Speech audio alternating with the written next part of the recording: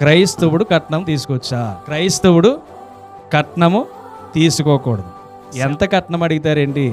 ఎవరో సేవకులు అడుగుతారు, ఏమని? ఎంత కట్నం ఇమ్మంటారని. ఒకటి గుర్తుపెట్టుకోండి, నిజమైన క్రైస్తవుడు కట్నము తీసుకోడు. బైబిల్ తెలిసిన సేవకుడు కట్నము జోలికి వెళ్ళడు. అలా చేసి మీరు ఏమైనా పొరపాటు పడితే ఆ సుఖమైన కాపురము ఉండదు.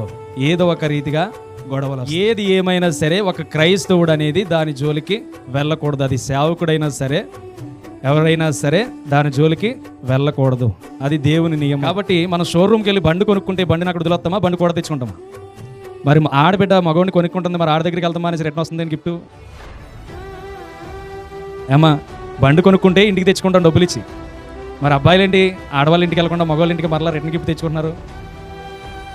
ఆలోచన చేస్తే క్రైస్తవం అనేది ఎలా అయిపోయిందంటే ఆచారాలతో ముడిపడిపోయింది, నేర్చుకున్న వాటితో ముడిపడిపోయింది. ఆదాం ఏదైతే ఫుల్ఫిల్ చేయలేకపోయాడో యేసుక్రీస్తు దాన్ని ఫుల్ఫిల్ చేయడానికి వచ్చాడు అనమాట.